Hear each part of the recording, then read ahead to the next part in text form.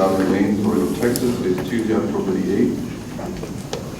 Is there any public comments? None. Okay, number 2, action items to be reviewed by the regular board meeting on October the 16th, with recommendations to be made by the instructional committee. Number 1, approval of district improvement plan and campus improvement plan. Yes, good afternoon, members of the board, Mr. Santos. This afternoon we come before you with our district improvement plan and campus improvement plan. As board of trustees, responsibility is to ensure that the district improvement plans and district improvement plans are developed and reviewed and revised annually for the purpose of improving the performance of all students. What I can assure you now is that our principals have already worked on their campus improvement plan, their campus, represent their site-based committee members, and then they've been reviewed by our department. So all of our goals and objectives have been reviewed by our department, as well as our district improvement plan. So let's start off this afternoon with goal number 1, and there's 8 slides. Goal number 1, student achievement, provide consistent quality instruction for all students, resulting in improved student achievement. And this first slide is on, go back. The first one is on reading.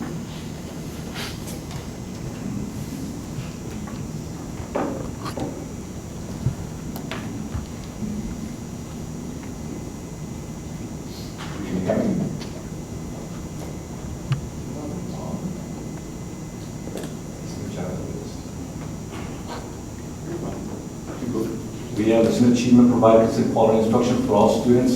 Second slide is mathematics and performance objective standards. And it continues with the 90, 60, 30 for student achievement.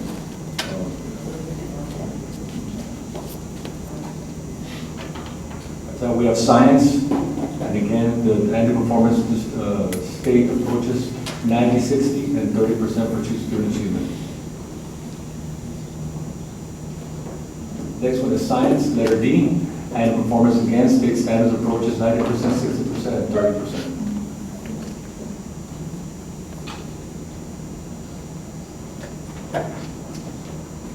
Continue on with goal number 1. We have our ELs, or English language acquisition annual performance objectives. Also, the increases are also they're stated. Continue with goal number 1. On the next slide is student achievement for special education in 504, and we talk about the accommodations and modifications, and again the objective is to improve on all these areas, the percentage wise. Continue with objective number 1, goal number 1. We have 8, college readiness on annual performance objective, provide opportunities to assist students preparing them for college. We talk about SAT, we talk about numbers in AP exams, and also the scores 3 or higher. Moving on with goal number 1, we're looking at dual credit opportunities for UIs to increase the number of students enrolled in dual credit courses, including online courses offered through House Bill 1 initiative while maintaining a passing rate and receiving college credit. And again, we have U.S. History 1302, English 1301, English 1302, and college math to increase again the enrollment and continue by having more students participate. Continuing finally with the last one, goal number 1 is college career military readiness for class of 2019. And again, we see the increases that we're projecting for this coming school year. Moving along, there's goal number 2, safe and nurturing environment, provide a safe, nurturing, positive, secure learning environment for students and staff. And this school suspensions, trying to get our numbers down, the dropout rate as well as increasing our attendance rate from a 95.7 to a 96%. Objective, looking at goal number 3, family and community engagement, promote community partnership and parent involvement. And we do this as a 3rd annual performance objective to increase the percentage of parents represented district-based parent activities from 43 to 47%. Moving along to goal number 4, this is human capital to ensure employee recruitment, development, support, and retain effective teachers, principals, and other instructional staff, and also working very closely with our human resource department under our social superintendent. And finally, our last goal is operation effectiveness and efficiency, ensure the district is basically accountable for their efficiency. 5A annual performance objective, maintain superior rating, be the first. And again, our campus board plans have been reviewed through our campus administrators, through the site-based committee members, reviewed by the department as well.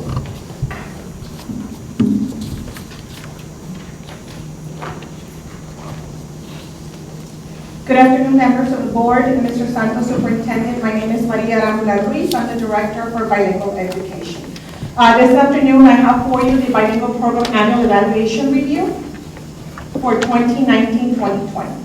That's B, just for the record. B number 1? Yes. You're fine. You're good.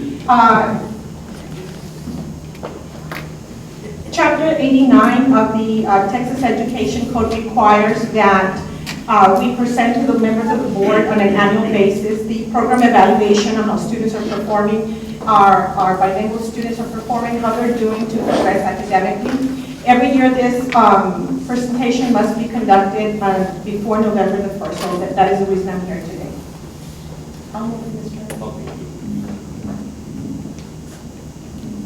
In the first slide, the first thing presented to you is the annual report for the number of students that have exited the bilingual program and how many of those students have become English proficient. In addition to that, the next 3 slides will present to you the information with regards how the students are performing academically. So in the first slide that we see, we have in 2019 a total of 42,982 students that are enrolled in United ISD. Out of those, we have 13,575 that are identified EL students, which is a percentage of 31.5% of the student population. From those at the beginning of the school year, based on the results from TELPAS and also from STAR, we were able to exit 15.7% of the students from the bilingual program.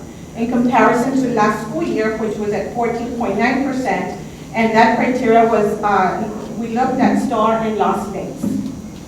In the next slide, we have the graduation rates by feeder pattern for United High School, LBJ, Alexander, and United South High School. And we have the 4-year graduation rate from grades 9 through 12 for the EL students and also for all students, and then the graduation rate for the class of 2017. And if we look at all the patterns, we do have anywhere from a high 80 to the 90% in all areas for all high schools. Academic performance as far as TELPAS goes, we did look at the data from state, region, and in comparison to UISD. And in grades K through 2nd grade, K1 is a subjective evaluation that the teacher provides to rank the students in the different domains. 2nd grade is an online assessment as well as 3rd through 12th grade. So when we look at the comparisons for the region, state, region, and UISD, for all domains, when we look at progress, we had 62% of the students meeting progress in the area of listening, speaking, reading, and writing. In 3rd through 12th grade, we had 27% of the students, which is comparison. When we look at it, we compare to the region at 27%. The target for the state was at 36%, and the district attained a 38%, so we see the green check mark there. In the next slide, continue with the academic performance of EL students. We look at the results for all programs for bilingual early exit, the dual language, ESL pullout, and current EL students. And we look at the data for current EL and monitor students. We see the performance of students in reading, math, writing, science, and social studies at the approaches, meets, and masters. We look at reading, and we see that current ELs and monitor, we had 76% of the students scoring and meeting expectation, 40% in needs, and 19% in masters. In the area of math, when we look at current and EL monitor combined, we had 87 at approaches, 56 at needs, and 26 at masters. In the area of science, we had, in the area of writing, we had 71% at approaches, 38% at meets, and 11% at masters. In the area of science, we had 80% at approaches, 51% at meets, and 23% at masters. In the area of social studies, we had 64 at approaches, 30% at meets, and 14% at masters. One of the other areas that we look at that the state requires is that what kind of support are we providing the teachers as far as professional development. And the bilingual department is fortunate to have bilingual coordinators that provide that support. So the audience that we targeted were the classroom teachers that teach in the content areas, the the teachers that have students that have EL learners, and also we looked at the teacher aides that provide language acquisition instruction for the students. In total, we had 85 sessions that were provided for regular classroom teachers in the content areas with a total of 2,534 participants. 52 classroom teachers that have English learners, we had 52 sessions with a total of 1,250 participants. And for the teacher aides that provide language instruction, we had 24 sessions and was a total of 142 participants. If we look at this next slide, I listed there some of those sessions that were offered both at the elementary and the secondary level. Sessions such as enhancing vocabulary, student growth measure, classroom management, etc. We continue with the reporting of the exceptions and waivers that were submitted last school year, and on an annual basis we have to review if we are in compliance with the state having the number of certified bilingual and ESL teachers in our district. At the elementary level, we are required because we offer the transitional bilingual early exit, that we have certified bilingual teachers. And at the secondary level, since we offer the ESL pull-out, we're required to have certified ESL teachers. Every year, the state provides an application process where if we don't have all the required teachers that are certified, we must submit an application by November the 1st. Whenever we do, then 10% of those funds from the bilingual allotment are used to provide professional development so we can support the teachers and be able to get them certified. In the next slide, you see that in 2018-2019, there were a total of 40 teachers that did not have certification, and an exception report was submitted, and then we had 160 teachers at the secondary level that did not have the ESL endorsement, so a waiver was submitted. Last school year, with the professional development that was submitted, we had a total of 11 teachers that got bilingually certified at the elementary level from the 40 that were reported. And then from the 160, we ended up certifying more ESL teachers. We had 170 that were actually certified because we had other teachers that they were not necessarily instructing EL learners, but they wanted to get the certification. So that opportunity was offered to them. This school year, we are projected also to submit a bilingual exception report to the state. Currently, we are projected to be reporting 94 at the elementary level, and I broke it down by 29 being special ed, and that's something new from the state this school year, that they're requiring special ed teachers to be bilingual ESL certified. So we have 29 of those, 29 in regular ed, and 36 in the dual middle school, for a total of the 94. ESL, we have 20 that we are reporting, 7 at the middle school and 13 at the high school. So the application is currently being worked on and will be submitted before November the 1st. We're going to continue working with human resources and so forth to get our people certified. We had a very successful rate last year. Yes, we did. But it's required that all teachers have this? Actually, it's only teachers that are teaching at the secondary level ELAR. If they're teaching ELAR or they're teaching special ed ELAR. And at the elementary level, it would be anyone that has an EL student. Last school year, we did have a great success rate at the secondary level with a number of teachers that were certified. There was a very detailed professional development plan in place, which is, I placed it in here, entailed what the goals were, the activities that were offered, who was going to come and provide those services, and then the timeline to complete that process. The last thing that we are required to report also is progress of our EL students and how we provide that information to our parents.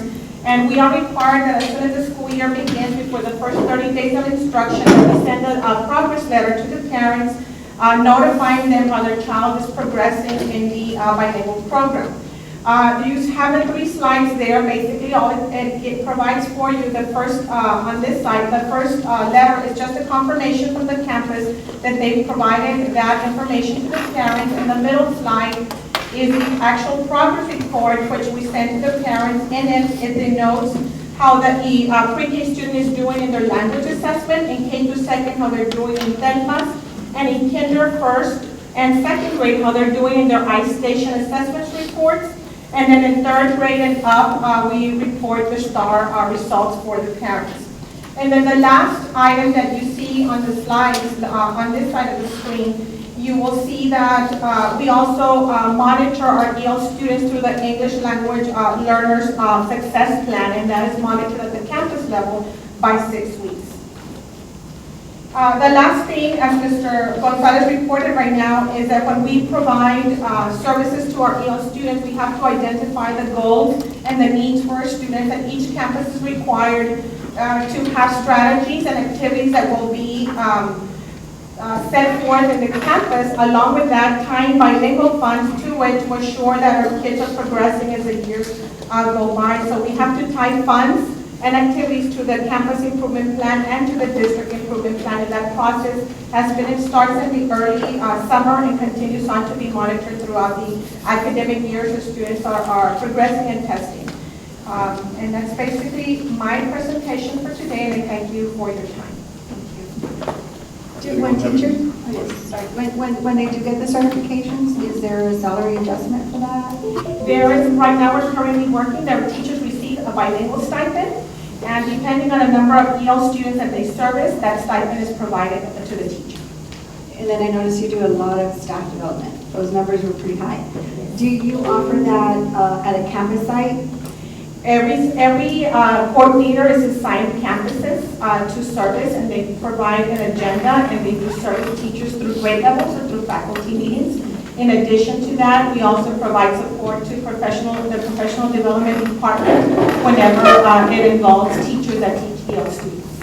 And it's open to everyone who's in the Correct. district? And Okay. the other thing, Madam, is maybe Mr. Garcia can share with you the different classes that, as we prepare our teachers for those certificates, Mr. Garcia, can you share? Congratulations. It's a lot of work. For bilingual teachers, actually, the bilingual stipend is $1,000 based on the number of students in the classroom.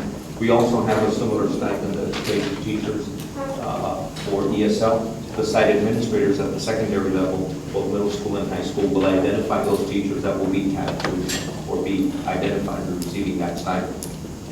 Additionally, what we do is we work closely with the Federal Programs Department, and they in turn work with funding that makes training available to teachers. We offer them late in the week or on weekends. We do compensate individuals to attend to make it more enticing. Once we have successful completion, we do reimburse them, and we have those programs in place in order to assist and in order to entice people. Proximity to the border pretty much places in a difficult situation because of the identified student population. But for the most part, all school districts struggle through this in terms of teacher licensing. It's something that's been happening for years, and it's a tough situation. But we make do, and we try to do the best that we can. We make adjustments, we make assignments, reassignments at campuses to determine those that are limited English proficient and those that are not, in order to match the identified teachers with the need of the student population. Very good. Yes, and I've heard that it's pretty difficult to get the certification. Absolutely, and what happens now, the BTLPT as it's called, I call it the McDonald's BTLPT or whatever. Anyway, what happens now is the test has become much harder. It comes in different parts, and of course individuals have only a certain number of times that they can attempt or challenge the exam, and then after that they have to ask for special permission from the state and go through processes all over again, short of reinventing the wheel. So it's rather difficult. But we thank those that make an effort to come forward, and we thank the support staff and instructional department that helps us with this endeavor regarding our staff. Thank you. And if I may add, with the number of ELs we have in our district, I think it's critical. And I can share a little bit, ma'am. Not only we have staff development with our ELO's population, but also at campuses, as was mentioned. I haven't been from middle school early this morning, and we had already coordinator there for bilingual, ready to get our teachers trained during their conference period. So it's ongoing throughout the year. Good. You have a lot of professional development. That caught my attention. BLT. BLT. Get a BLT. Any questions on either one of these? Either one of the items? We're adjourned on the business, on the instructional.